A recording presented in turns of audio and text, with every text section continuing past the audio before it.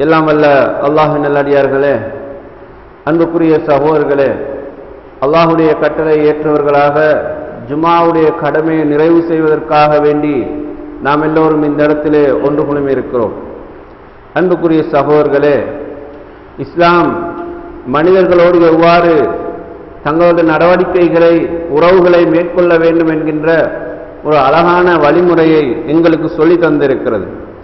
முஸ்லிமாக இருந்தாலும் முஸ்லிம் அல்லாத அடுத்த இன சகோதரர்களாக இருந்தாலும் மனிதன் என்ற வகையில் அவன் எவ்வாறு நடந்து கொள்ள வேண்டும் என்ற ஒரு பண்பாட்டினை, ஒரு சகவாழ்வு முறையினை, ஒரு புரிந்துணர்வினை, நல்லிணக்கத்தினை இஸ்லாம் மிக தெளிவாக எங்களுக்கு சொல்லி தந்திருப்பதை பார்க்கிறோம். ஒரு முஸ்லிமோடு நாம் வாழுகின்ற போது அந்த முஸ்லிமை தன்னுடைய சகோதரனாக மதித்து வாருமாறு முஸ்லிமுக்கு அல்லாஹும் அல்லாஹுடைய தூதரன் கட்டளையிடுகிறார்கள். ஏனென்று சொன்னால் இன்னமல் முஃமினூன இஹ்வா என்று அல்லாஹ் சொல்கிறான். மூமின்கள் என்றால் அவர்கள் சகோதரர்களாகத்தான் இருக்கிறார்கள் என்று குர்ஆன் சொல்கிறது. ஒரே அல்லாஹை ரப்பாக ஏற்றுக்கொண்டவர்கள், இறுதி தூதர் நபி முஹம்மது ஸல்லல்லாஹு அலைஹி வஸல்லம் அவர்களை நபியாக ஏற்றுக்கொண்டவர்கள், மறுமையுடைய விசாரணையை நம்புகின்றவர்கள், இந்த கொள்கையில உலகத்திலே வாழ்ந்து அதனை அடுத்தவர்களுக்கு சொல்லுகின்ற ஒரு கூட்டமைப்பாக, ஒரு சமூகமாக வாழ்கின்ற இத்தகைய ஒரு சமூக கூட்டத்துக்குத்தான் அல்லாஹு தஆலா இஹ்வா என்ற வார்த்தையை பயன்படுத்துகிறார். இஹ்வா என்று சொன்னால் அவர்கள் அனைவரும் சகோதரர்கள், ஒரு தாய்க்கு தந்தைக்கும் பிறந்த குழந்தைகள் போல ஒரே இறைவனை நம்பி வாழுகின்ற அந்த ஏகத்துவ கொள்கையோடு வாழுகின்ற முஸ்லிம் சமூகத்துக்கு அல்லாஹ் கொடுத்திருக்கின்ற மிக சிறப்பான பெயர் இஹ்வா என்ற பெயரை அல்லாஹ் சொல்கிறார். எனவே மூமின்கள் தங்களுக்குள் எப்போதும் சகோதரத்துவத்தை பேணுகின்றவர்களாக, அந்த சகோதரத்துவத்துக்கு களங்கம் ஏற்படாத வகையில் அவர்கள் பண்பாக நடந்து கொள்ள வேண்டிய முறைகளை பற்றி அல்லாஹ் மிக தெளிவாகவும் எங்களுக்கு சொல்லியிருக்கிறார். அதனால அல்லாஹ்வுடைய தூதர் ஸல்லல்லாஹு அலைஹி வஸல்லம் அவர்கள் சொல்லும்போது சொன்னார்கள், லா தஹ்கிரன்ன மினல் மஅரூஃபி ஷையா, நன்மை என்று சொல்லப்படக்கூடிய எந்த ஒரு காரியத்தையும் நீங்கள் அற்பமாக கருத வேண்டாம் என்று சொன்னார்கள். உங்களுக்கு ஏதாவது ஒரு நன்மை சொல்லப்பட்டால் அது அல்லாஹ்விடத்திலும் அல்லாஹ்வுடைய தூதரிடத்திலும் சொல்லப்படக்கூடிய ஒரு செய்தி. அந்த செய்திக்கு கண்டிப்பாக அல்லாஹ்விடத்திலே நற்கூலி இருக்கிறது. எனவே எந்த சின்ன ஒரு காரியமாக இருந்தாலும் அது வஹீயின் மூலமாகத்தான் உங்களுக்கு சொல்லப்படுகிறது. அப்படிப்பட்ட எந்த காரியத்தையும் நீங்கள் அற்பமாக கருதி அதை உதறிவிட வேண்டாம் என்றுதான் ரசூலுல்லாஹ் சொன்னார்கள். எந்த அளவுக்கு அந்த அற்பத்தை ரசூலுல்லாஹ் திருப்பி சொல்லுகின்ற போது விளக்கப்படுத்துகிறார்கள். வலவன் தல்கா அஹாக பிவஜ்இன் தலிக், உங்களுடைய ஒரு சகோதரனை நீங்கள் புன்முகத்தோடு புன்முறுவலோடு அவரை பார்ப்பது கூட நன்மைதான், அதையும் கூட நீங்கள் அற்பமாக கருத வேண்டாம் என்று ஸல்லல்லாஹு அலைஹி வஸல்லம் அவர்கள் சொன்னார்கள். சகோதரர்களே, ஒரு சகோதரனுடைய முகத்தை நாம் பார்க்கின்ற போது நாங்கள் சிரித்த முகத்தோடு இல்லாது விட்டாலும் ஒரு புன்னகையோடு புன்முறுவலோடு அவரை பார்க்கின்ற அந்த பார்வைக்கு ரசூலுல்லாஹ் சொல்கிறார்கள், அல்லாஹ்விடத்தில் அதற்கு நன்மை இருக்கிறது என்கிறார்கள். இது மனிதன் பணம் கொடுத்து வாங்கக்கூடியது என்று அல்ல, இது மிக இலகுவாக கிடைக்கின்ற ஒரு நன்மை. ஆனாலும் சிலரோடு பேசுகின்ற போது அவர்களுடைய முகங்கள் எல்லாம் கடுகடுப்பாக இருப்பதை பார்க்கிறோம். அல்லது இறுகிய மனதோடு மக்களை பார்க்கின்ற போது அவருடைய முகம், இவருடைய உள்ளம் முருகி இருக்கிறது என்ற அந்த தன்மையை எடுத்து காட்டும்.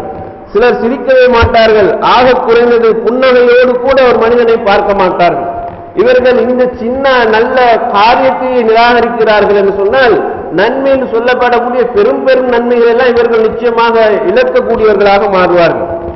எந்த கஷ்டமும் இல்லாமல், உடல் உழைப்பு இல்லாமல், பணத்தினால் செலவழிக்கின்ற பொருளாதார உழைப்பு இல்லாமல் மிக இலகுவாக கிடைக்கின்ற ஒரு நன்மைக்கு கூட மனிதன் முயற்சி செய்யவில்லை என்றால் அவன் பெரும் பெரும் நன்மைகள் என்று சொல்லப்படக்கூடிய விஷயத்தில் முயற்சி செய்வானா என்பது சந்தேகத்துக்குரியதுதான். எனவே அல்லாஹ்வுடைய தூதர் ஸல்லல்லாஹு அலைஹி வஸல்லம் சொல்கிறார்கள், அற்பம் என்று நீங்கள் அதை கூட கருத வேண்டாம், நல்ல முகத்தோடு சிரித்த முகத்தோடு பாருங்கள் என்றார்கள்.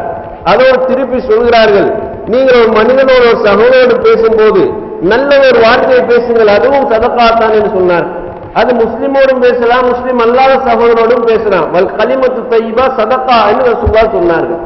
ஒரு மனிதனோடு நாங்கள் பேசுகின்ற போது அவரோடு நல்ல வார்த்தைகளை மட்டும் நாங்கள் பேசிவிட்டு போனால் போதும். அது குடும்பம் சம்பந்தப்பட்டது, தனிநபர் சம்பந்தப்பட்டது, வியாபாரம் சம்பந்தப்பட்டது, சமூக சம்பந்தப்பட்டது. ஒரு மனிதனுக்கு நல்லதை சொல்வதற்காக நாங்கள் பேசுகின்ற எந்த ஒரு நல்ல வார்த்தையும் அவருக்கு நன்மையை தான் கொண்டு போய் சேர்க்கிறது என்று ரசூலுல்லாஹ் சொல்கிறார்கள். சிலர் பேச தொடங்கினாலே ஒரு தூசணத்தோடு பேசுகின்ற நிலையை பார்க்கிறோம், அல்லது ஏதாவது ஒரு தேவையில்லாத ஒரு வார்த்தையை தொடங்கி வைத்து பேசுவதை பார்க்கிறோம். இவர்கள் நன்மை இழந்து விடுகிறார்கள். அடுத்த ரசூலுல்லாஹ் என்ன சொன்னார்கள்? ஒரு முஸ்லிமை சந்திக்கின்ற போது சலாம் சொல்லிக் கொள்ளுங்கள் என்றார்கள். சலாம் சொல்லுவது எங்களுக்கு கண்டிப்பாக சொல்லப்பட்டிருக்கு ஒன்று. சலாத்தை பற்றி அல்லாஹ் சொல்லும் போது சொல்றான், தஹியன் முபாரக்கா, அது அல்லாஹ்விடத்திலிருந்து உங்களுக்கு கிடைத்திருக்கின்ற முபாரக்கான ஒரு வார்த்தை, முபாரக்கான வாழ்த்துகள். நானும் நீங்களும் சலாத்தை பரிமாறிக்கொள்கிறோம் என்றால் அது சும்மா ஏதோ ஒரு நானும் நீங்கள் கண்டுபிடித்த வார்த்தை அல்ல. இது அல்லாஹ்வினால் எங்களுக்கு தரப்பட்டிருக்கின்ற ஒரு வாழ்த்து செய்தி. அந்த வாழ்த்து செய்தி பரக்கத்து பொருந்திய வாழ்த்து செய்தி என்று அல்லாஹ் சொல்கிறான். சாதாரண செய்தி அல்ல. அந்த வார்த்தையிலே ரெண்டு பேரும் பரிமாறிக்கொள்கின்ற அந்த வார்த்தையிலே அல்லாஹ்வுடைய பரக்கத்து இருக்கிறது என்று அல்லாஹ்வே சொல்லி காட்டுகிறார். அதனால தான் சுவனவாதிகள் கூட நாளை மறுமையிலே சலாமுன் சலாமுன் என்று சுவனவாதிகள் கூட தங்களை நோக்கி பார்க்கின்றவர்களோடு சலாத்தை பரிமாறுவார்கள் என்று அல்லாஹ் குர்ஆனிலே சொல்கிறான். அப்ப நாங்கள் அஸ்ஸலாமு அலைக்கும் வரஹ்மத்துல்லாஹி வபரகாத்துஹு என்று சொன்னால் அது அல்லாஹ்வுடைய பரக்கத்து பொருந்திய வாழ்த்துகள். மனிதர்களால் கண்டுபிடிக்கப்பட்ட வார்த்தை அல்ல, மனிதனால் உருவாக்கப்பட்ட வார்த்தை அல்ல, அல்லாஹ்வினால் தரப்பட்டவைகள். அதுல பரக்கத்து இருக்கிறது. அந்த பரக்கத்துடைய எந்த அளவு இருக்கிறதுன்னு எங்களால் சொல்ல முடியாது. அல்லாஹ்வுடைய பரக்கத்தை எங்களால் அளவிட முடியாது. இது ஒரு சின்ன மிக சிறிய ஒரு நன்மையை தரக்கூடிய ஒரு வார்த்தை. அல்லாஹ்வுடைய ரஹ்மத்தும் அஸ்ஸலாமு அலைக்கும் என்று சொல்லும் போது அல்லாஹ்விடத்திலிருந்து சாந்தி உங்களுக்கு உண்டாகட்டும், வரஹ்மத்துல்லாஹ், அல்லாஹ்வுடைய ரஹ்மத்தும் வபரகாத்துஹு, அவருடைய பரக்கத்தும் உண்டாகட்டும் என்று சொல்கிறோம்.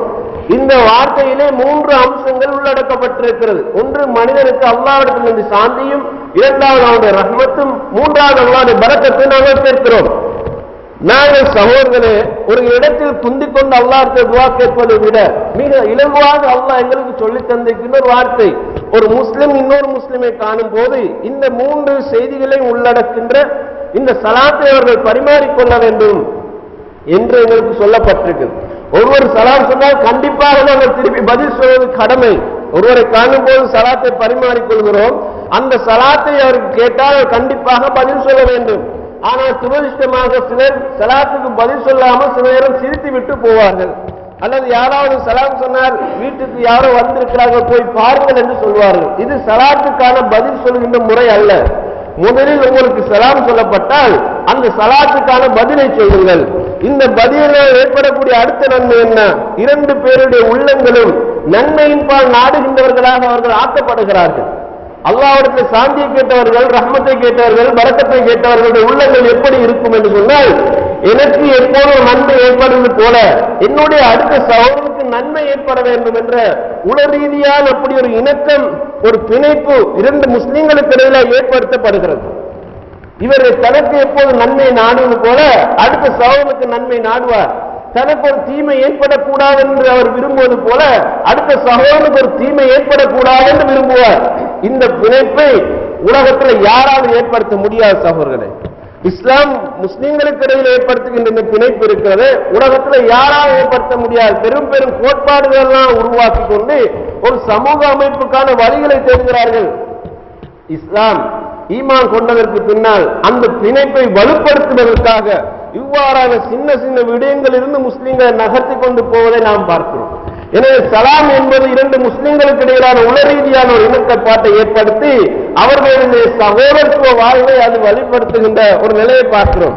அல்லாஹ்வுடைய தூதர் ஸல்லல்லாஹு அலைஹி வஸல்லம் அவர்கள் சொன்னார்கள், ஒரு முஸ்லிம் இன்னொரு முஸ்லிம் செய்ய வேண்டிய கடமைகள் இருக்கின்றன.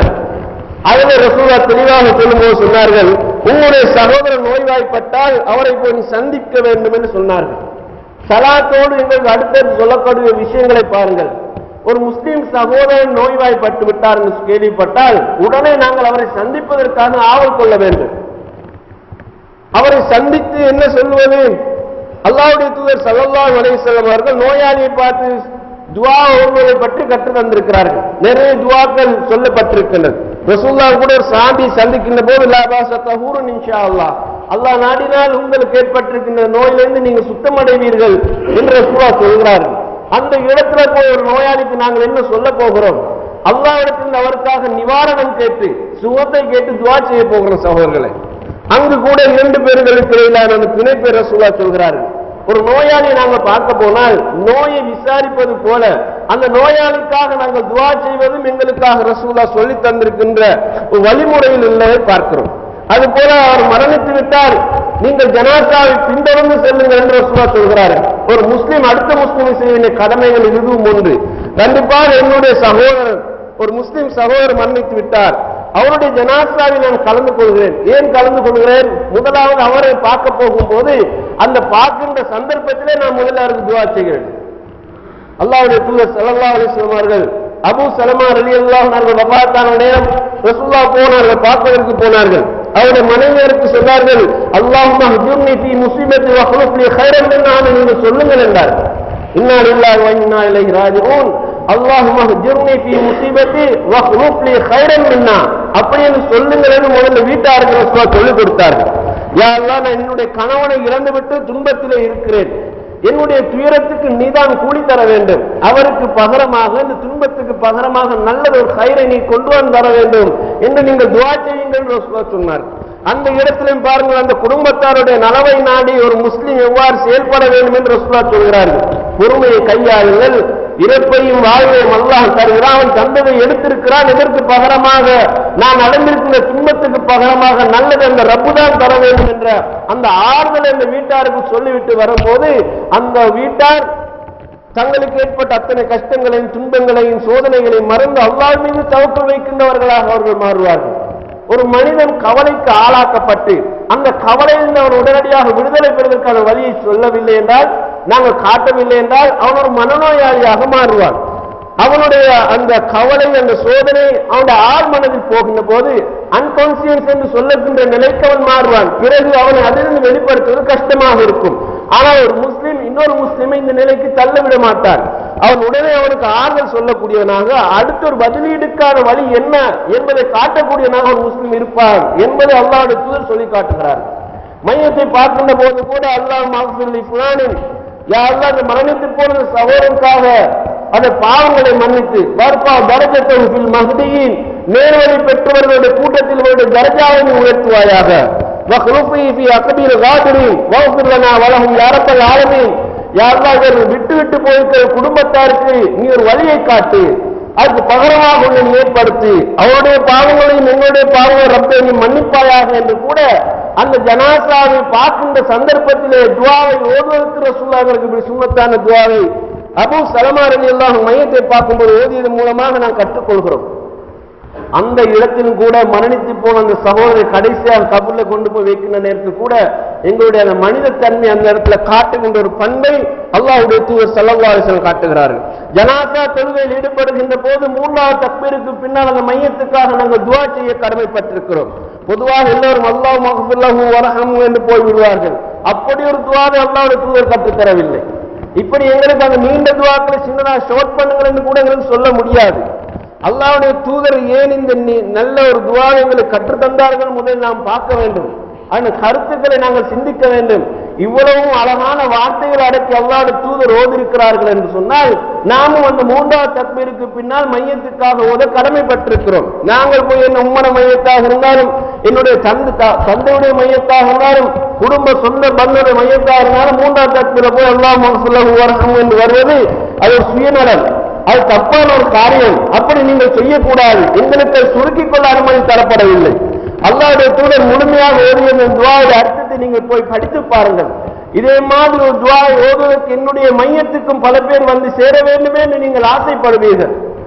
நான் மௌத்தாகி போய் என்ன கபர்ல கொண்டு போய் வைப்பார்கள், அது பயங்கரமான ஒரு இடம், அதிலிருந்து நான் பாதுகாப்பு பெற்றால்தான் மறுமையில் பாதுகாப்பு பெற முடியும் என்கின்ற அளவு கொண்டு போய் சேர்க்கக்கூடிய அந்த கபர் மண்ணறை இருக்கிறது. அந்த மண்ணறை வைப்பதற்கு முன்னால் எங்களுக்காக வந்து பரிந்துரை செய்கின்ற துஆவுடைய பேர் தான் ஸலாத்து ஜனாயிஸ். மூன்றாவது தக்பீருக்கு பின்னால் வரக்கூடிய துஆ. இந்த துஆவை தான் ரசூலுல்லாஹ் வலியுறுத்தி சொன்னார்கள். அல்லாஹ்வுக்கு இணை வைக்காத 40 பேர் ஜனாசாவில் கலந்து கொண்டு இந்த துஆவை அவர்கள் ஓதினார்கள் என்று சொன்னால், அல்லாஹ் அந்த துஆவை அவர்கள் வைக்கின்ற ஷஃபாத்தை ஏற்றுக்கொள்கிறார் என்று ரசூல் ஸல்லல்லாஹு அலைஹி வஸல்லம் சொன்னார். ஒரு சாதி சொல்கிறார், அன்புக்குரியவர்களே, அல்லாஹ்வுடைய தூதர் ஜனாசாவுக்கு இந்த துஆவை நான் கேட்டபோது நான் அந்த இடத்திலே மையத்தாக இருந்த அல்லாஹ்வுடைய தூதர் எனக்கு இதை ஓத வேண்டுமே என்று நான் ஆசைப்பட்டேன் என்று சொல்கிறார். இதை நீங்கள் கண்டிப்பாக ஹதீஸ்களில் வரக்கூடிய துஆக்களை நீங்கள் பாடமாக்கிக் கொள்ள வேண்டும். இது ஒரு முஸ்லிமுக்காக நீங்கள் செய்யக்கூடிய நல்ல ஒரு காரியம். உங்களிடத்தில் அந்த அன்பையும் பிணைப்பையும் பாசத்தையும் நேசத்தையும் உருவாக்கின்ற இவ்வாறான நிறைய செயல்களை சின்ன சின்ன காரியங்களாக அல்லாஹ்வுடைய தூதர் ஸல்லல்லாஹு அலைஹி வஸல்லம் அவர்கள் எங்களுக்கு படித்து தந்திருக்கிறார்கள். எனவே ஒரு முஸ்லிமை பொறுத்தவரையில் அடுத்த முஸ்லிமோடு நடக்கக்கூடிய பண்பாடுகள் இஸ்லாம் மிக தெளிவாக வலியுறுத்தி சொல்கிறது. மனித உரிமைகளோடு தொடர்படுத்தி சொல்கிறது. உங்களுடைய முஸ்லிமை பார்த்து நீங்கள் பொய்யனாக்காதீர்கள், அவனுக்கு அநியாயம் இழைக்காதீர்கள், அவனை நீங்கள் எந்த இடத்திலும் கைவிட்டு விடாதீர்கள். இஸ்லாம் சொல்கின்ற பழக்க வழக்கங்கள். ஒரு முஸ்லிம் நான் மட்டும் சம்பாதித்து நான் மட்டும் உயர வேண்டும் என்று நினைக்கக்கூடாது. என்னால் ஒரு ஹலாலான தொழிலை செய்து என்னால் உயர முடியுமாக இருந்தால் என்னை போன்றிருக்கக்கூடிய அடுத்த வீட்டு சகோதரனுக்கு நான் அந்த இடத்தை காட்ட வேண்டும். அப்படி என்ற ஒரு பொதுநல சிந்தனையை தான் இஸ்லாம் முஸ்லிம்களுக்கு உருவாக்கி இருக்கிறது. அவன் மட்டும் உள்ள வேண்டும், வாழ வேண்டும், நல்ல படிக்க வேண்டும், உயர்தரத்துக்கு போக வேண்டும் என்று நினைத்தால் அவன் சுயநலவாதி முஸ்லிம். இஸ்லாத்தில் அவனுக்கு என்ன மதிப்பும் இருக்காது. ஒரு முஸ்லிமுக்கு எப்போது மதிப்பு கிடைக்கும் என்றால் தான் விரும்புவதை அடுத்த சகோதரத்துக்கு விரும்புகின்ற போதுதான் அவனுக்கு இஸ்லாத்தை மதிப்பு இருக்கிறது. என்னுடைய பிள்ளை படிப்பதற்கான வழிகளை நான் ஏற்படுத்துவது போல படிக்க முடியாத ஒரு பிள்ளையுடைய வசதி வாய்ப்பு பார்த்து அதற்காக நான் வழிகாட்டுதல் அல்லது தூண்டுதலை நான் செய்யலாம். முஸ்லிம்கள் இப்படி பொதுப்படையாக சிந்தித்தார்கள் என்றால், படிப்பிலிருந்து தொழிலிருந்து தொழில் வாய்ப்புகள் இருந்து இப்படி பலதரப்பட்டதை முஸ்லிம்கள் சிந்தித்தார்கள் என்றால் முஸ்லிம்களுடைய கிராமங்கள் நிறைய மாற்றப்பட்ட நிலைக்கு மாறியிருக்கு. அவர்களுடைய சமூக வாழ்வு மிக நல்லதாக மாறியிருக்கு. ஆனால் அந்த பொதுத்தன்மையை விட்டு முஸ்லிம்கள் சுருங்கி கொண்டதனால்தான் இத்தகைய பொதுவான ஒரு நோக்கம் இல்லாதவர்களாக நாங்கள் மாறிக்கிறோம். அல்லாஹ்வுடைய தூதர் ஸல்லல்லாஹு அலைஹி வஸல்லம் மிக தெளிவாக சொன்னார்கள், ஒரு முஸ்லிம் அநியாயம் இழைக்க மாட்டான், அவனை கைவிட மாட்டான், கஷ்டத்தின் போது அவனுக்கு கை கொடுக்கின்றவனாக முஸ்லிம் இருப்பான். அல்லாஹ்வுடைய தூதர் ஹதீஸ்கள் எங்களுக்கு தெளிவுபடுத்துகின்றன. எனவே ஒரு முஸ்லிம் இன்னொரு முஸ்லிமோடு சகவாழ்வை எவ்வாறு மேற்கொள்வது, சகோதரத்துவத்தை எவ்வாறு பேணுவது என்ற இந்த வழிகளை எல்லாம் நாம் ஹதீஸ்களில் நிறைய பார்க்கிறோம். சஹாபாக்களுடைய ஹதீஸ்கள் நிறைய பார்க்கிறோம். ஒரு முறை ஒருவர் கடன் கொடுத்திருந்தார். அந்த கடனை அவர் உரிய தேதியில் தர முடியாத போது அவர் எனக்கு கொஞ்சம் காலம் அவகாசம் தாருங்களேன் என்று கேட்டுக் கொண்டிருக்கிறார். அல்லாஹ்வுடைய தூதர் இந்த இரண்டு சஹாபாக்கள் உரையாடல் தன்னுடைய வீட்டிலிருந்து கேட்டுக் கொண்டிருக்கிறார்கள். ஒருவர் சொல்கிறார் நான் உனக்கு அவகாசம் தரமாட்டேன் என்கிறார், மற்றவர் சொல்கிறார் எனக்கு கொஞ்சம் அவகாசம் தாருங்களேன் என்கிறார். அப்போது அல்லாஹ்வுடைய தூதர் இதை கேட்டுக்கொண்டு வெளியே வந்து சொன்னார்கள், உன்னுடைய சகோதரன் கொஞ்ச கால அவகாசம் கேட்கிறான், நீ சத்தியமாக கொடுக்க மாட்டேன் சத்தியமிட்டு செய்கிறாயா என்று சொல்ல கண்டித்த போது அவர் அப்படி தன்னுடைய நிலைப்பாட்டை விட்டுவிட்டு அல்லாஹ்வுடைய தூதரே அவர் எதை கேட்கிறாரோ அதை நான் விட்டு கொடுக்கிறேன் என்று அந்த காதுபு மாய்ப்பொழி அல்லாஹ் சொன்ன செய்தியை ஹதீஸ்ல பார்க்கிறோம். ஒரு முஸ்லிம் கஷ்டப்பட்டால் கஷ்டத்திலே அவன் நசுக்கி பிடிக்கின்ற ஒரு சிந்தனை ஒரு முஸ்லிமிடத்தில் வர முடியாது. கடன் கொடுப்பது எதற்காக? அவனுடைய வாழ்க்கையோ பொருளாதாரத்தையோ தொழிலையோ மேம்படுத்துவதற்காக எடுக்கிறார். அதை நாங்கள் நல்ல முறையிலே பயன்படுத்திக் கொள்ள வேண்டும். அப்படி கடன் எடுத்தவர் கொஞ்சம் தர முடியாது விட்டால் அவருக்கு அவகாசம் கொடுத்து பாருங்கள் என்று இஸ்லாம் சொல்லுகிறது. அவகாசம் கொடுத்து பாருங்கள். இந்த திகதியில் தரவில்லை என்றால் அடுத்த திகதிக்கு அவருக்கு ஒரு டேட்டை நாங்கள் கொடுப்பது, அடுத்த தவணை கொடுப்பது. அவர் உண்மையில கஷ்டப்படுகிறார் என்று புரிகின்ற போது நாம் கால தாமதம் கொடுக்க வேண்டும் சகோதரர்களே. இதுதான் சகோதர பிணைப்பு. அல்லாஹ் சொல்கிறான், இதிலேயும் அவர்களுக்கு தர முடியாது போனால் கொஞ்சம் காலம் விட்டு பாருங்கள், அது முடியவில்லை என்றால் நீங்கள் சதக்கா செய்யுங்கள், அந்த சதக்கா உங்களுக்கு கைராக நன்மை கொண்டு வரும் என்று அல்லாஹ் சொல்கிறான். அன்பார்ந்த சகோதரர்களே, அல்லாஹ் இந்த இடத்தில் பயன்படுத்திய வார்த்தையை பாருங்கள். சூரா பக்ராவுடைய கடனை பற்றி சொல்லுகின்ற கடைசி வசனம். அந்த சகோதரனுக்கு அவகாசம் கொடுங்கள், அவகாசம் கொடுத்தும் அவர் தர முடியாத கஷ்டத்தில் இருந்தால் நீங்கள் அதை அவருக்காக சதக்காவாக விட்டு விடுங்கள் என்று அல்லாஹ் சொல்கிறார். எவ்வளவு அழகான ஒரு சகோதர பாச பிணைப்பை இரண்டு முஸ்லிம்களுக்கு இடையில இஸ்லாம் வளர்க்கிறது என்று பாருங்கள். இப்படியான ஒரு நிலை முஸ்லிம்களுக்கு இடையில வருமாக இருந்தால் நிறைய முஸ்லிம்கள் வட்டியோடு ஹராத்தோடு தொடர்பாகின்ற நிலைமை விட்டு நாங்கள் தவிர்க்கலாம். எங்களுடைய பொருளாதாரங்களை நாங்கள் சரியான முறையிலே பொது அடிப்படையில் நாங்கள் சிந்தித்தோம் என்றால் எங்களுடைய முஸ்லிம் பெண்கள் வெளிநாடுகளுக்கு போவதை நாங்கள் தடுத்திருக்கலாம். எனவே எங்களுக்கென்று பொதுவான ஒரு குறிக்கோள் இருக்க வேண்டுமே தவிர தனிநபருக்கென்று தனி நிகழ்ச்சிகளை வைத்துக் கொண்டு நிரல்களை வைத்துக் கொண்டு நாங்கள் சுயமாக சுய சிந்தனையோடு சுயநலவாதியாக யோசிப்பது இஸ்லாம் எங்களுக்கு அனுமதி தரவில்லை.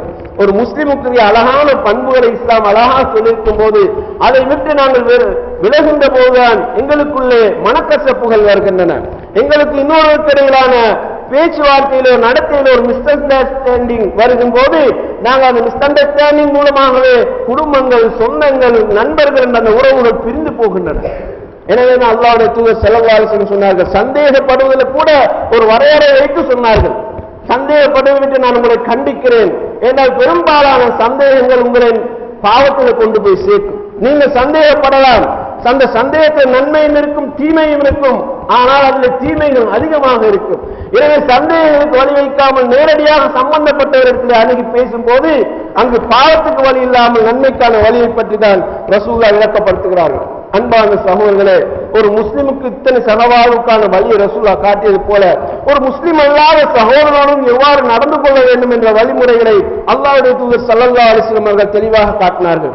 மக்காவில் அவர்கள் வாழ்ந்த போதும் சரி, மதீனாவுக்கு அவர்கள் ஹிஜ்ரத்துக்கு சென்ற போதும் சரி, முஸ்லிம் அல்லாத நண்பர்களோடு ரசூலுல்லாஹ் மிக அழகான சூழலை தான் வைத்திருந்தார்கள். எங்களுக்கு தெரியும், மக்காவில் ரசூலுல்லாஹ் இஸ்லாம் போதித்த நேரம் ஒட்டுமொத்த மக்கள் அவர்களுக்கு எதிராக திரண்டிருந்தது.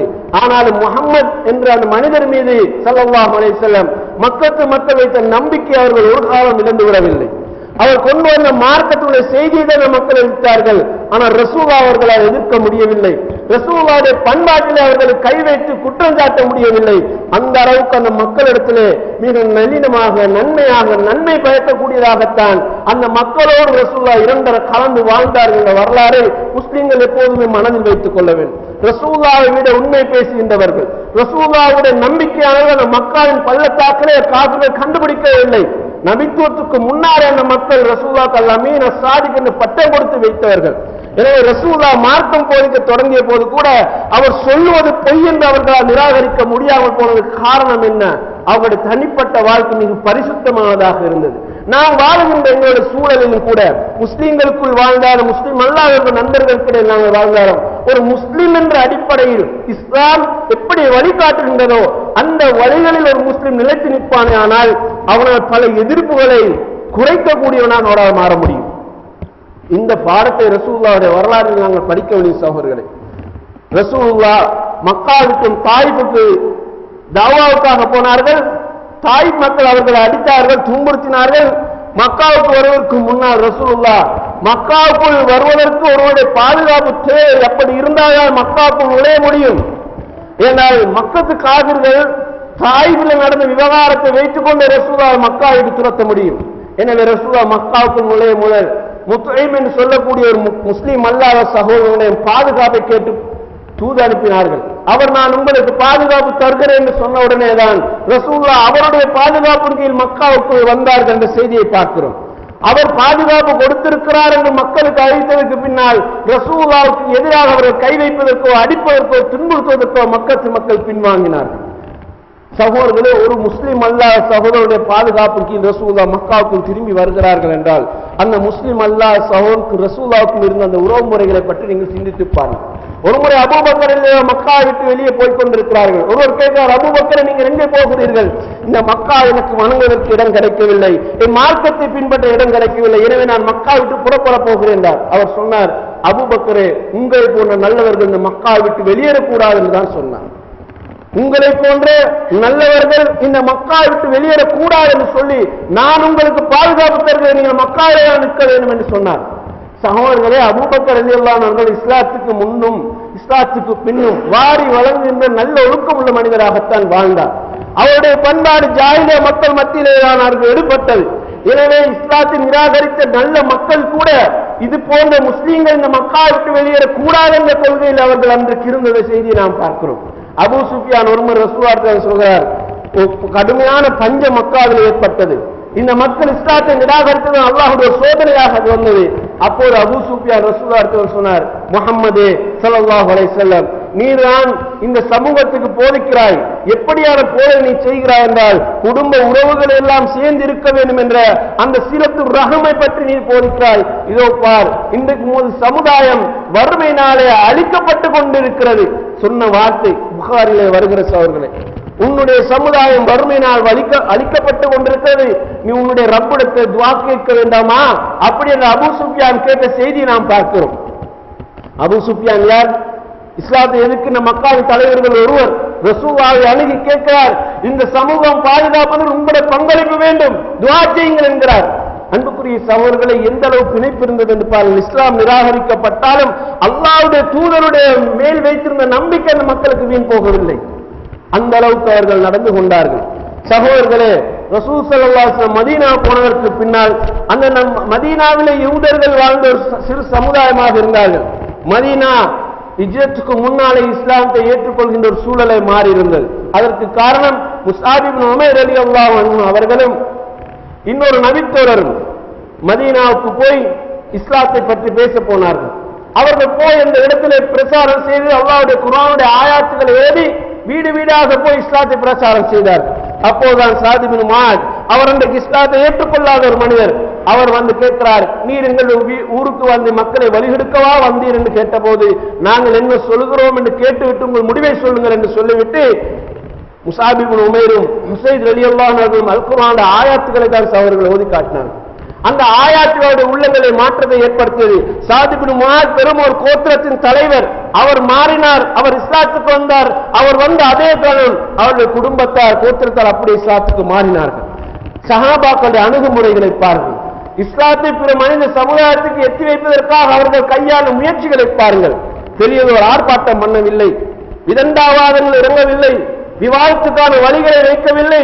அவர்கள் மிக நளினமாக எளிமையாக புரிந்து கொள்கின்ற வகையில் மக்களோடு பண்பாடோடு நடந்து அல் குர்ஆனுடைய ஆயாத்துக்களை முன்வைத்து தாவா செய்தார்கள். மக்காவிலே பெரும் கோத்திரத்தின் 2 தலைவர்கள் அப்போது இஸ்லாத்துக்கு வந்தார்கள் சகோதரர்களே. அதற்கு பின்னால் தான் ரசூலுல்லாஹ் மதீனாவுக்கு ஹிஜ்ரத்துக்கு வந்தார்கள். யூதர்களோடு சகவாழ்வை நல்லிணக்கத்தை ஏற்படுத்த ஒரு ஒப்பந்தம் கூட ரசூலுல்லாஹ் செய்தார்கள். நன்மையான காரியங்கள் நாங்கள் ஒன்றுபடுவோம், ஒருவர் அநியாயம் இழைக்கப்பட்டவன் அநியாயத்துக்கு எதிராக நாங்கள் 2 பேருமே சேர்ந்து நியாயத்துக்காக பேசுவோம் என்ற அந்த ஒப்பந்த ஷரத்துக்கள் யூதர்களோடு நடாத்தப்பட்ட ஒப்பந்தத்தின் ஷரத்துக்களாக அமைக்கப்பட்டிருந்த சகோதரர்களே. நன்மையான காரியங்கள் 2 சாராரும் பங்கேற்போம். இந்த மண்ணிலே யாருக்கு அநியாயம் இழைக்கிறார்கள் விட மாட்டோம். முஸ்லீம்களுக்கு எதிராக யாரும் படைத்து கொண்டு வந்தால் யகூதிகள் அவர்களுக்கு துணையாக நிற்கக்கூடாது. ஏனால் மதீனா இப்போது முஸ்லீம்களுடைய இடமாக மாறி இருக்கிறது. இந்த அடிப்படை பல ஷரத்துக்களை வைத்துக் கொண்டு ரசூலுல்லாஹ் நல்லுறவை வைத்தார்கள். ஆனால் யகூதிகள் அவருடைய வரலாற்று முழுக்க அவர்கள் துரோகம் இழைக்கின்றவர்கள். அவர்கள் இந்த உடன்படிக்கைக்கும் துரோகம் இழைத்த சமுதாயமாக இருந்தனால்தான் மதீனா விட்டு அவர்கள் வெளியேற்றப்பட்டார்கள். ஆனாலும் யூதர்கள் ரசூலுல்லாஹ்வோடு சில நல்லவர்களும் வாழ்ந்தார்கள். ஒரு முறை ரசூலுல்லாஹ் ஒரு யூதருடைய வீட்டுக்கு போனார்கள். அவருடைய மகன் சுகமில்லாமல் படுத்து கிடக்கிறார். ரசூலுல்லாஹ் அந்த மகனை நோய் விசாரிக்கிறார்கள். நோய் விசாரித்து விட்டு ரசூலுல்லாஹ் இஸ்லாத்தை எடுத்து முன்வைத்தார்கள், கலிமாவை சொல்வதற்கு முன்வைத்தார்கள். அப்போது அந்த மனிதன் அந்த சகோதரன் மரண தருவாயில் இருந்து கொண்டிருக்கிறார். அவருடைய தந்தையை திரும்பி பார்க்கிறார். தந்தை சொன்ன ஒரு வார்த்தை என்ன தெரியுமா? அத்தில் அபல் காசிம், முஹம்மது நபி சொல்லுகின்ற வார்த்தைக்கு நீ கட்டுப்படு மகனே என்று அவர் சொன்னார். சகோதரர்களே, அந்த இடத்துல அவர் கலிமா சொன்னார். ரசூலுல்லாஹ் வீட்டை விட்டு வெளியேறுகின்ற போது அல்ஹம்துலில்லாஹி அல்லதி அன்கதஹு மினன் நார், நரகத்திலிருந்து அவரை பாதுகாத்த அல்லாஹ்வுக்கு எல்லா புகழும் என்று சொல்லிக் கொண்டு வருகிறார்கள். அவருடைய ரூஹ் பிரிந்து விட்டது. சகோதரர்கள் ஒரு யூதனுடைய வீட்டுக்கு போய் அவருடைய மரண தருவாய்க்கு மகனுக்கு கலிமா சொல்லி இஸ்லாத்துக்கு எடுக்கின்ற அளவுக்கு ரசூலுல்லாஹ் யூத குடும்பத்தோடு எவ்வாறான ஒரு பிணைப்பை வைத்திருந்தார்கள் என்று பாருங்கள். ரசூலுல்லாஹ்வுடைய வார்த்தை மீது நம்பிக்கை வைத்த அந்த தந்தை கூட ரசூலுல்லாஹ்வுடைய வார்த்தை கட்டுப்படு மகன் என்று அந்த மரண தருவாயில் கூட மகனுக்கு அவர் இப்படி போதிக்கிறார் என்று சொன்னால் ரசூலுல்லாஹ் அந்த குடும்பத்தாரோடு எவ்வளவு இணக்கமாக வாழ்ந்திருக்கிறார்கள் என்பதை நீங்கள் சிந்தித்து பாருங்கள். தன்னுடைய மரண தருவாய் நெருங்கின கடைசி காலப்பகுதியில் கூட ரசூலுல்லாஹ் யூதர்களிடத்திலே தான் தன்னுடைய கவசத்தை அடகு வைத்து அந்த அடவின் மூலமாக கிடைத்த பணத்தை வைத்து ரசூலுல்லாஹ் உணவு வீட்டுக்கு கொடுத்தார்கள் என்ற செய்தியை நாங்கள் புகாரிலே பார்ப்போம். எனவே இப்படியான ஒரு நல்ல சுமூகமான உறவை ஒரு முஸ்லிம் எப்படி பேண வேண்டும் என்பதற்கு ரசூலுல்லாஹ் எங்களுக்கு வழிகாட்டியிருக்கிறார்கள் சகோதரர்களே. எனவே நாங்கள் முஸ்லிம்களோடு நடக்கின்ற போதும் அதே சுமூகமான உறவை முஸ்லிம் அல்லாத சகோதரர்களோடு நாங்கள் வாழ்கின்ற போது அந்த உறவை பேணுகின்றவர்களாக நாங்கள் எங்களை மாற்றிக்கொள்ள வேண்டும். அதுதான் இன்றைய காலத்துக்கும் எங்களுக்கு தேவையாக இருக்கிறது. அல்லாஹ் கூட சூரா மும்தஹினாவின் 10வது வசனம் தொடர்ந்து சொல்கிறான், இன்னல்லாஹ லா யன்ஹாகுமுல்லாஹு அனில்லதீன லம் யுகாத்திலூக்கும் ஃபித்தீன் வலம்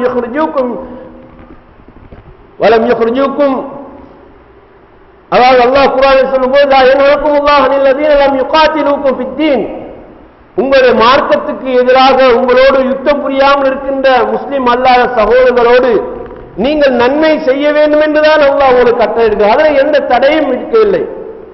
ஏனென்று சொன்னால் அந்த மக்கள் உங்களுடைய மார்க்கத்துக்கு எதிராக வந்தவர்களும் அல்ல, உங்களுடைய வீட்டை விட்டு உங்களுடைய பகுதியை விட்டு வெளியேற்றியவர்களும் அல்ல. எனவே அவர்களோடு நன்மை செய்ய வேண்டும் என்று அல்லாஹ் உங்களுக்கு சொல்கிறார். அன்தபர்ரூஹும் வதுக்ஸிது இலைஹிம், அவர்களுக்கு நன்மைகளை செய்யுங்கள், அவர்களோடு நியாயமாக நீதமாக நடங்கள்.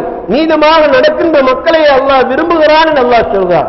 சகோதரர்களை, எங்களை எதிர்க்காது, எங்களுடைய மார்க்கத்துக்கு எதிர்க்காது, எங்களுடைய வீடுகளை விட்டு வெளியேற்ற வேண்டும் நினைக்காத அப்படி நல்ல மனிதர்கள் இந்த உலகத்தில் இந்த பூமியில் இருக்கத்தான் செய்கிறார்கள். நாம் வாழ்கின்ற பகுதியிலும் இருக்கிறார்கள். எங்களையும் மனிதர்களாக நினைத்து வாழ வேண்டும் என்று எங்களோட சகோதர உணவை பெற வேண்டும் என்ற நிலையில் வாழ்கின்றவர்களும் இருக்கிறார்கள்.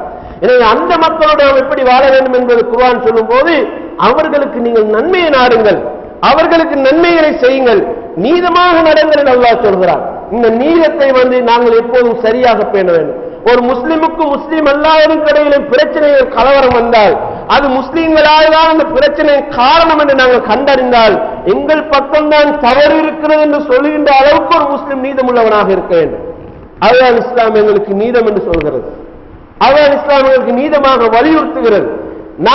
நாங்கள் தான் அநியாயம் இழைத்தோம், நாங்கள் தான் குற்றவாளிகள் என்று எங்கள் பக்க நியாயத்தை சொல்லி எங்களால் பாதிக்கப்பட்டிருக்கின்ற அடுத்த சகோதரனுக்கு நியாயத்தை ஏற்படுத்துகின்ற முஸ்லிம்களாக இருப்பதை தான் அல்லாஹ் எங்களுக்கு சூரா மாயிதாவுடைய 5வது அத்தியாயத்து 8வது வசனம் தொடரில் எங்களுக்கு சொல்லித் தருகின்ற ஒரு பாடமாக நாம் பார்க்கிறோம். அன்புக்குரிய சகோதரர்களே, இந்த நாட்டில் எங்களுக்கு ஒரு நல்லிணக்கத்தை உடைக்கின்ற, பாதிப்புகளை ஏற்படுத்துகின்ற, பெரும் ஒரு அழிவுக்கு கொண்டு போய் சேர்க்கின்ற மிகப்பெரிய சூழ்ச்சிகள் நடந்து கொண்டிருப்பதை நாம் பார்க்கிறோம். ஒரு சின்னஞ்சிறு குழு முஸ்லீம்களுக்கு எதிரான அபாண்டங்களை முன்வைத்துக் கொண்டு, அவதூறுகளை முன்வைத்துக் கொண்டு, முஸ்லீம்களுடைய இருப்பை பற்றியும் வியாபாரங்களை பற்றியும் மார்க்கத்தை பற்றியும் மிக அபாண்டங்களை சுமத்திக் கொண்டு முஸ்லீம்களுக்கு எதிராக வெளிப்படையாகவே அவர்களுடைய பிரசாரங்கள், நடவடிக்கைகள் இந்த நாட்டில் நடந்து கொண்டிருப்பதை பார்க்கிறோம். இந்த சின்னஞ்சிறு குழு பெரும்போர் கூட்டத்தை வெற்றிக் கொள்வதற்காக பலவாறான நிகழ்ச்சி நிரல்களை அவர்கள் ஒழுங்குபடுத்திக் கொண்டிருப்பதை நாம் பார்க்கிறோம். இந்த இடத்தில் நாம் செய்ய வேண்டியது என்ன? எங்களை போன்று அடுத்த நல்ல மனிதர்களும் இருக்கிறார்கள், இனத்தை சார்ந்த நல்ல மனிதர்கள் இருக்கிறார்கள், எங்களை நம்புகின்றவர்கள் இருக்கிறார்கள், எங்கள் மீது நம்பிக்கை வைத்த விசுவாசம் உள்ள மக்கள் இருக்கிறார்கள். அந்த மக்களோடு நாங்கள் முடிந்த அளவு எங்களுடைய உறவுகளை பலப்படுத்த வேண்டும்.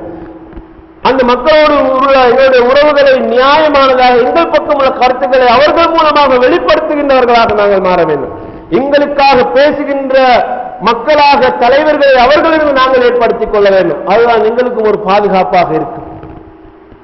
அன்பார்ந்த சகோதரர்களே, கடந்த கால வரலாற்றிலிருந்து இன்றைக்கு வரைக்கும் முஸ்லீம்கள் சுமார் 1400 வருடங்கள் இந்த நாட்டிலே பழமை வாழ்ந்த வரலாறு கொண்டவர்கள். இந்த நாட்டுக்கு முஸ்லீம்கள் ஆக்கிரமிப்பாளர்களாக வந்தது கிடையாது, இந்த நாட்டை சுரண்டுவதற்காக வந்தவர்கள் கிடையாது, வியாபாரிகளாக வந்தவர்கள். வியாபாரிகளாக வந்த மக்களுடைய நம்பிக்கை நாணயத்தை பார்த்துதான் இந்த நாட்டு மன்னர்கள் இந்த நாட்டு பெண்களை முஸ்லீம்களுக்கு மனமுடித்து கொடுத்தார்கள்.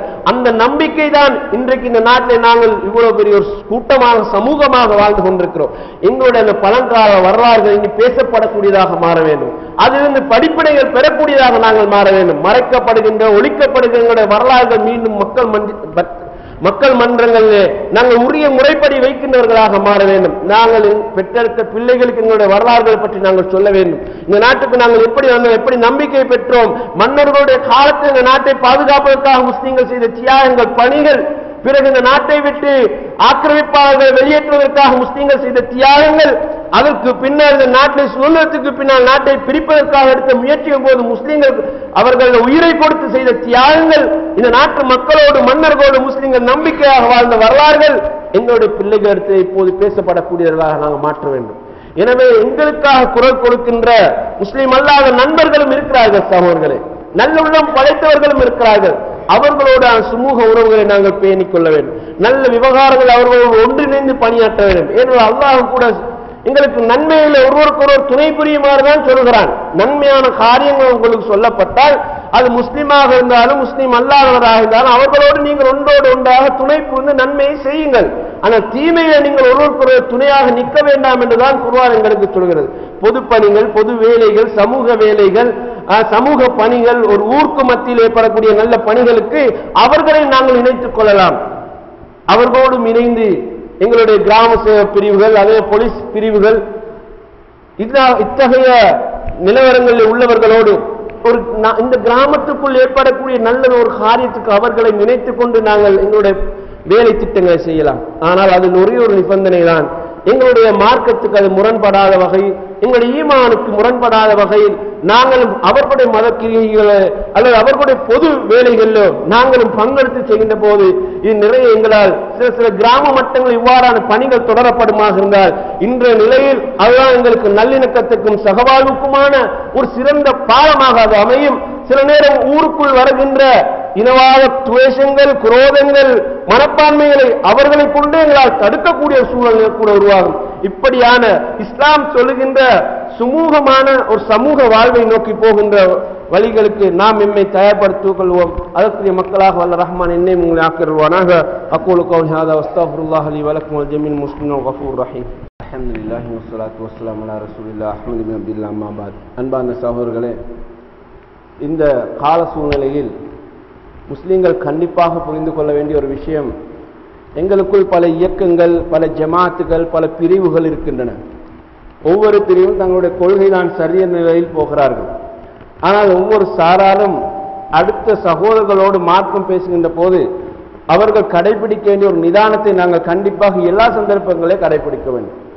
நான் பொதுவாக ஒரு தௌஹீத் ஜமாத் சகோதரனை சார்ந்தவன் என்று சொன்னால், நான் இந்த குர்ஆனுடைய ஆயத்தின் பிரகாரம், இந்த ஹதீஸின் பிரகாரம் சரி என்று கண்டதை நான் செய்கிறேன், அது எனக்கு போதுமானது. ஆனால் நீங்கள் செய்யக்கூடிய செயல் எனக்கு ஒத்து போக முடியவில்லை, அது எனக்கு சரியாக படவில்லை, எனவே நான் அதை விட்டு நீங்கிக் கொள்கிறேன் என்ற அடிப்படையில் தான் நாங்கள் பிற சகோதரர்களோடு கருத்து பரிமாற வேண்டும். நாங்கள் முடிவுகள் சொல்ல போய் அவர்களுக்கு தீர்வுகள் சொல்லுகின்ற போது அது பெரும் விபரீதங்களை சில பகுதிகளில் கொண்டு வருவதை பார்க்கிறோம். இஸ்லாத்தை பொறுத்தவரையில் கருத்து சுதந்திரம் என்பது இருக்கிறது. ஆனால் எங்களை பொறுத்தவரையில் இயக்கங்களுக்கு எதிராக, ஜமாத்துகளுக்கு எதிராக, சகோதரர்களுக்கு எதிராக போகின்ற பழக்கத்தை நாம் உருவாக்கி கொள்ளக்கூடாது. ஆனால் அதே நேரம் நாங்கள் கொண்டு ஜமாத்துடைய கொள்கை தான், நாங்கள் இதில் அடிப்படையில் செய்கிறோம், நீங்கள் கொண்ட ஜமாத்துடைய கொள்கை தான் நீங்கள் உங்களுடைய கருத்தின் அடிப்படையில் செய்யுங்கள். ஆனால் இரண்டு சாராரும் நன்மைகளை சொல்லுவதிலே நளின போக்கை நாங்கள் கையாளும், நியாயமான போக்கை கையாளும். நான் என் பக்கம் உள்ள கருத்துக்களை மக்கள் மத்தியில் வைக்கின்ற போது இதுதான் குர்ஆனுடைய ஹதீஸுடைய ஆயாத்துக்களின் அடிப்படையில் நான் விளங்கி கண்டதை சொல்கிறேன். விரும்பினால் நீங்கள் ஏற்றுக்கொள்ளுங்கள், விரும்பாவிட்டால் விட்டு விடுங்கள். ஆனால் எனக்கும் உங்களுக்கும் இருக்கின்ற அந்த உறவை நாங்கள் பிரிக்க கூடாது. ஒரு முஸ்லீம் இன்னொரு ரெண்டு பேருமே ஒரு பள்ளிவாசலுக்கு போய் சுஜூது செய்கின்றவர்கள். நாங்கள் எங்களுக்குள்ளே முரண்பாடுகள், பிளவுகளை ஏற்படுத்திக் கொண்டு ஊருக்குள்ளே, சமூகத்துக்குள்ளே குழப்பங்களை, பிரிவுகளை நாம் ஏற்படுத்த தேவையில்லை சகோதரர்களே. உங்களுடைய கருத்தாக தான் நீங்கள் அதில் இருந்து விட்டு போங்கள், என்னுடைய கருத்தில் தான் நான் இருந்து விட்டு போகிறேன், மறுமையில் அல்லாஹ் தீர்ப்பு சொல்லுவார். ஆனால் விரும்பினவர்கள் ஏற்றுக்கொள்கின்ற வகையில் எங்களுடைய பிரசாரத்தினுடைய நடவடிக்கைகளை நாங்கள் சரியாக மக்கள் முன் வைக்க வேண்டும்.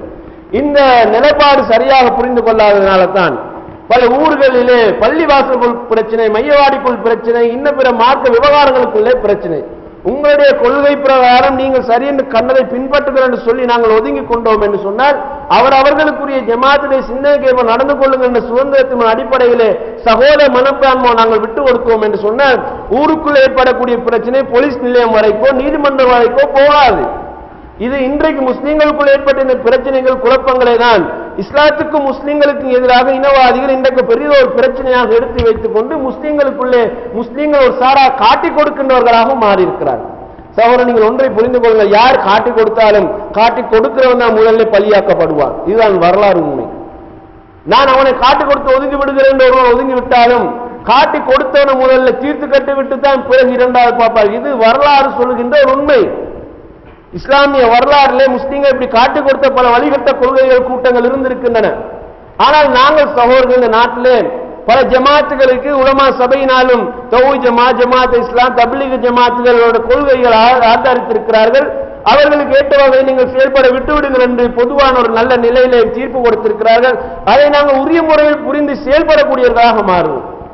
யாருக்கு யான் எதிர்ப்பு தெரிவிக்கின்ற அளவுக்கு, முகங்களை சுழித்துக் கொள்கின்ற அளவுக்கு, உறவுகளை பிரித்துக் கொள்கின்ற அளவுக்கு தேவையில்லை.